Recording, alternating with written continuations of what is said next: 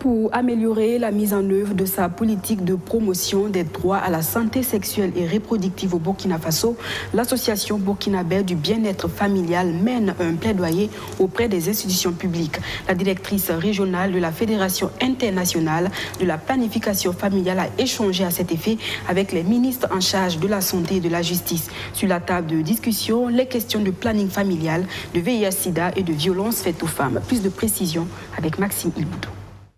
La directrice régionale de la Fédération internationale pour le planning familial Région Afrique est au Burkina Faso.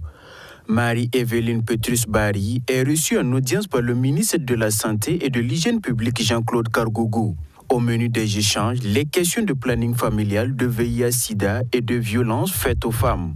On a discuté de l'ouverture d'un centre médical afin d'avoir des services de planification familiale et de santé de la reproduction qui soient plus holistiques et qui intègrent toutes les composantes de la santé de la reproduction. Et on a également discuté de l'intégration de la BBEF dans tout ce qui concerne la planification liée au domaine de la santé, de la reproduction et des droits. La délégation est ensuite reçue par le ministre en charge des droits humains.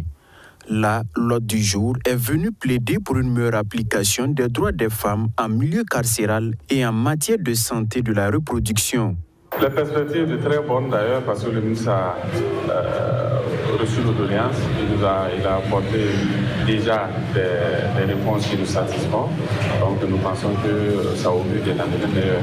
Ces visites s'inscrivent dans le cadre du renforcement du partenariat entre l'Association burkinabé pour le bien-être familial et les institutions étatiques, une structure clé de la société civile qui accompagne l'État dans le domaine de la santé sexuelle et reproductive depuis plus de 40 ans.